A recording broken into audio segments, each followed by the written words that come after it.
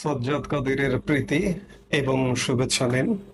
এই মুহূর্তে আপনাদের সামনে কথা বলতে এসেছি জাতিসংঘের শান্তি রক্ষা মিশনে অংশগ্রহণের লোভনীয় অফার কি বাংলাদেশের জন্য শেষ হতে যাচ্ছে, এই প্রসঙ্গটা নিয়ে আপনাদের সামনে কথা বলবো।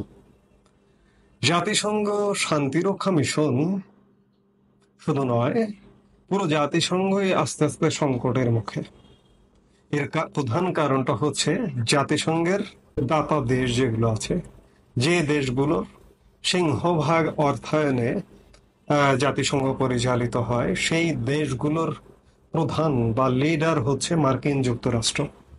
কিন্তু অত্যন্ত পরিতাপের বিষয় যে মার্কিন নতুন প্রশাসন, ডোনাল্ড ট্রাম্পের প্রশাসন নতুনভাবে রাষ্ট্র ক্ষমতায় এসে জাতিসংঘকে এক প্রকার বুড়ো আঙ্গুল প্রদর্শন করছে। একের পর এক জাতিসংঘের বিভিন্ন সংস্থা থেকে ডোনাল্ড ট্রাম্প নিজেকে প্রত্যাহার করে নিচ্ছেন। যেমন ইতিমধ্যে হু থেকে নিজেকে প্রত্যাহার করে নিয়েছেন, জাতিসংঘ মানবাধিকার কমিশন থেকে মার্কিন যুক্তরাষ্ট্রকে প্রত্যাহার করে নিয়েছেন। এমনকি মূল জাতিসংঘ থেকেও যদি যে কোনো সময় তাদেরকে প্রত্যাহার করবার ঘোষণা দেন, তাহলে অবাক হবার কিছু থাকবে না। আমরা অতি সম্প্রতি দেখলাম যে জাতিসংঘ শান্তিরক্ষা মিশনে যুক্তরাষ্ট্রের অর্থায়ন বন্ধ করার প্রস্তাব দিয়েছে হোয়াইট হাউসের বাজেট অফিস। মালি, লেবানন ও ডেমোক্রেটিক রিপাবলিক অফ কঙ্গোতে মিশন ব্যর্থ হয়েছে, এমন অভিযোগ তুলে অর্থায়ন বন্ধের এ প্রস্তাব দেওয়া হয়েছে।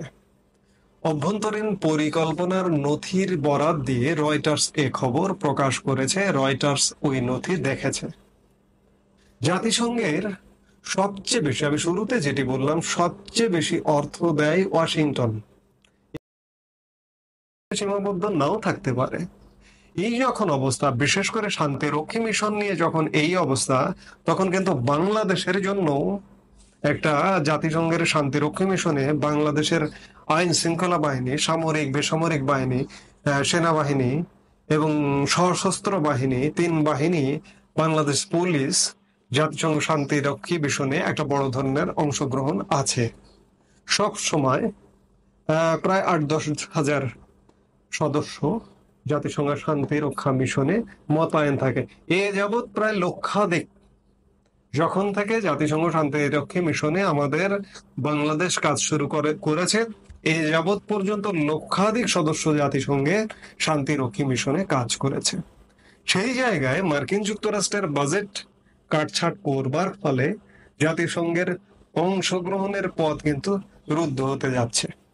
এবং এই রুদ্ধ যখন হতে যাচ্ছে, ঠিক তখনই বাংলাদেশে জাতিসংঘ শান্তিরক্ষা মিশন সংক্রান্ত আন্ডার সেক্রেটারি জেনারেল সফর করেছেন, 2 দিনের সফর করেছেন। তিনি প্রধান উপদেষ্টা মোহাম্মদ ইউনূসের সঙ্গে সাক্ষাৎ করেছেন, পররাষ্ট্র উপদেষ্টা তৌহিদ হোসেনের সাথে সাক্ষাৎ করেছেন, পুলিশ প্রধান বাহারুল আলমের সাথে সাক্ষাৎ করেছেন, এবং সবচেয়ে গুরুত্বপূর্ণ যে সংস্থাটি, বাংলাদেশ সেনাবাহিনী, জেনারেল ওয়াকারুজ্জামানের সাথে গতকাল সোমবার জাতিসংঘের শান্তি রক্ষা কার্যক্রম বিষয়ক আন্ডার সেক্রেটারি জেনারেল জা পিয়ের ল্যাক্রোয়া সুযোগ, যে জাতিসংঘে যাতে নারী সদস্য আরো বেশি করে নেওয়া হয়। আমি যত কথাই বলি না কেন, সারা পৃথিবীর অংশগ্রহণটা সীমিত হয়ে আসছে, সেই সাথে বাংলাদেশেরও এই জাতিসংঘ শান্তিরক্ষী মিশনে অংশগ্রহণটা সীমিত হয়ে আসবে যদি চূড়ান্ত বিচারে মার্কিন যুক্তরাষ্ট্র বাজেট সহায়তা প্রত্যাহার করে নেয়। 27%। এটি প্রত্যাহার করলে, ধরুন এখন এই মুহূর্তে যদি জাতিসংঘে 8,000 বাংলাদেশের শান্তিরক্ষী সদস্য থাকে, তাহলে 27% হলে সেখান থেকে এই সদস্য সংখ্যাও 27% কমে যাবে, 6,000 5,000-এ নেমে আসবে। এবং আস্তে আস্তে এই শান্তি রক্ষা মিশনও কার্যক্রম করতে পারবে কিনা সে ব্যাপারে যথেষ্ট সন্দেহ আছে মার্কিন যুক্তরাষ্ট্রের বর্তমান ভূমিকা নিয়ে। এমনকি মূল জাতিসংঘ থেকেও মার্কিন যুক্তরাষ্ট্র যদি যে কোনো সময় প্রত্যাহার করে নেয় নিজেদেরকে, তাহলেও কিন্তু অবাক হবার কিছু থাকবে না।